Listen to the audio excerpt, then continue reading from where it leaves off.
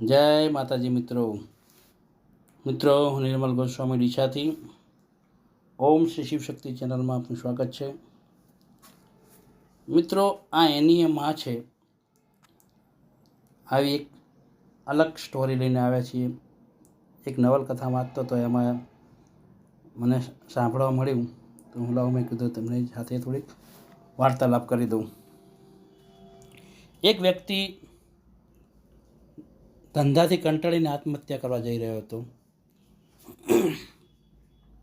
ત્યાંને એક સંત મળ્યા. એક સંત ગધાડું લઈને આવતા હતા. સંત મળ્યા એટલે સંતને જોઈને ઊભો રહી ગયો. પછી કે સંતે એને પૂછ્યું, ક્યાં જાય છે દીકરા આ ખરાબ બપોરે? એટલે કે બાપુ, આ ધંધાથી હું કંટાળી ગયો છું અને મારે આત્મહત્યા કરવી છે. ધંધા બંધા ચાલતા નથી. હા, તે બધી વાત કરી.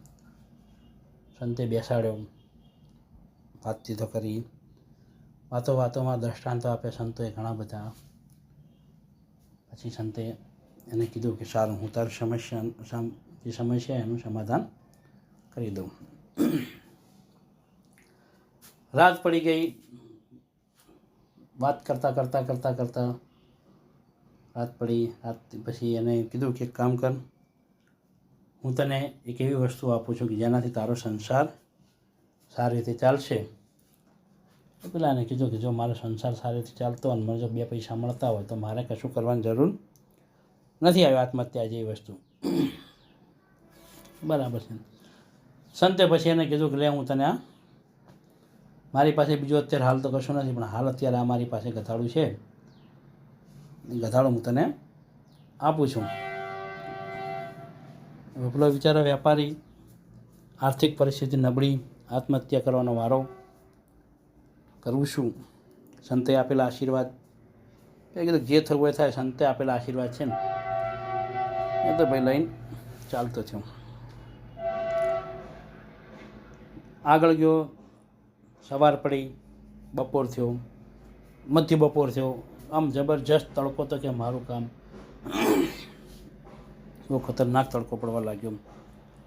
તડકાના કારણે એક ઝાડ આવ્યું. ઝાડના નીચે વેપારી અને ગધાડો બે બેઠા હતા. વેપારી ગધાડો બેઠા હતા એટલામાં એટલે ગરમીના કારણે ગધાડો ત્યાં મૃત્યુ પામી ગયું. વેપારીને અફસોસ થઈ ગયો કે એક તક મળી હતી મને, સંતે આપેલી તક. એ પણ કહેવાય મેં મારા કિસ્મત ફૂટેલા હતા તે એ તક પણ મેં ગુમાવી દીધી. હવે શું કરું?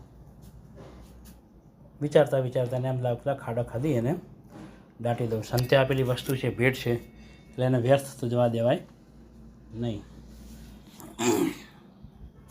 એમ કરીને ભાઈ આ તો ખાડો ખોદીને દાટ્યું. એટલામાં ત્યાંથી એક ભાઈ નીકળ્યા છે, 2-4 વ્યક્તિ, જેને જમીનનો ઝઘડો હતો. એ જમીનનો ઝઘડો ઘણા સમયથી ચાલતો હતો પણ એનું સમાધાન થતું નહોતું. એટલે એને આ સમાધિ જેવી ટેકરી જોઈ અને વિચાર કર્યો, બાધા રાખી કે જો મારું આજ કાર્ય પૂર્ણ થાય તો હું અમુક રૂપિયા તમને, અમુક વસ્તુ તમને ચડાવીશ. એટલે બાધા રાખી અને પેલો ભાઈ તો જતો રહ્યો. આગળ જઈ એનું કાર્ય બધું જ નિર્વિઘ્ન પૂર્ણ થઈ ગયું. એને થઈ ગયું કે આ જગ્યા ચમત્કારી જગ્યા છે. એટલે વળતા પાછો આવ્યો. એને 2500 રૂપિયા ત્યાં દાન કર્યું. ભાઈ તો બેઠો જ તો ત્યાં આગળ, શું કરવું શું ના કરવું, બેઠો જ તો ત્યાં આગળ ઝાડના છાંયે. પેલા એ વળતા આવીને 2500 રૂપિયા દાન કર્યું. કે શેના 2500 રૂપિયા? એટલે કે હું એ જતો હતો ત્યારે મેં આ ઢગલી આગળ બાધા રાખી હતી કે મારું જો કાર્ય પૂર્ણ થશે તો હું મારી યોગ્ય પ્રમાણે હું કંઈ પણ દાનને કરીશ. અને મારું કાર્ય પૂર્ણ થઈ ગયું છે. વિચાર કરવા લાગે, ઓહો, આપેલા સંતે આપેલી વસ્તુ આટલી બધી ચમત્કારી. 2500 રૂપિયા લઈ ત્યાંથી તેને ધૂણી દેખાઈ દીધી.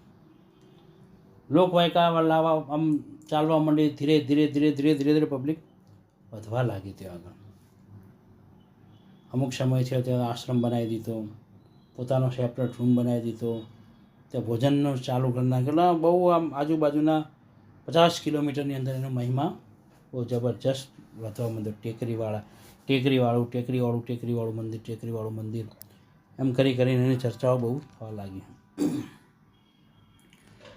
સમય જતાં જે બાપુ એ ગધાડો આપ્યો હતો એ બાપુ ત્યાંથી પસાર થતા હતા એટલે એને જોયું જાઓ સંતનો આશ્રમ છે, લાવો આપણે ત્યાં વિશ્રામ કરીને પછી નીકળીએ.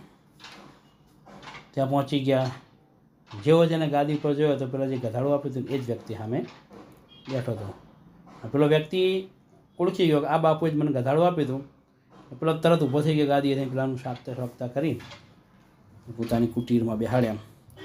વાતો ચીતો કરી, ભોજન કર્યું. પછી એમ કે પેલા સંતે પૂછ્યું કે શું થયું આપણો આપેલી વસ્તુ ગધાડાનું. એટલે એને વાત કરી વિગતવાર, કેમ કે એનો ગુરુ હતો.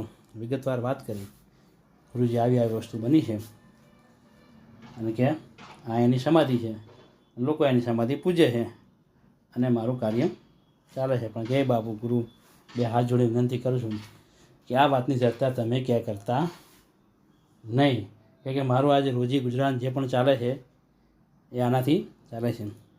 બાપુએ કીધું તું ચિંતા ના કર, આ જે ગધાડો હતો એની માની સમાધિ કે મારે પાસે, આ એની એ માં છે જેને હું પૂજું છું ને એ મારા પાસે જે છે ને એ એની માં છે. એટલે કે એક જ વંશજ છે. એટલે આપણે તારણ મારે કોઈ ચિંતા કરવાની જરૂર નથી. તેરી બી ચૂપ અને મેરી બી ચૂપ. આ જે પૂજે છે આ એની એ માં છે.